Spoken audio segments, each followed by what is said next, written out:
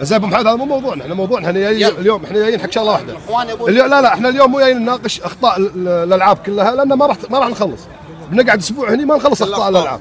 لكن احنا جايين حق شغله واحده. اليوم 14 نادي عندهم اعضاء مجلس اداره 11 يداومون، الا نادي القادسيه فيه 3 يداومون ب4 ابو محمد ما يصير. يعني يا انكم تقبلون استقالتكم. فهد الاحمد لحظه كابتن حسن الوحيد اللي رد على الناس كلها. دقيقه كابتن فاتكلم محمد. الحين اليوم احنا قاعد نتكلم عن شنو؟ اليوم في 4 اعضاء مجلس اداره مو مجتمعين، الاربعه مو مجتمعين. ليش نادي القادسيه النادي الوحيد اللي ما فيه مجلس اداره كامل يتابع لعباته ويتابع شغله؟ مو معقوله يعني مو معقوله اللي صار. استقالات اللي تقدمت لكم 4 استقالات 4 استقالوا عندكم ما قبلتوا استقالات. شباب اللي بيقول شيء يقدم شباب عندك يقول راي.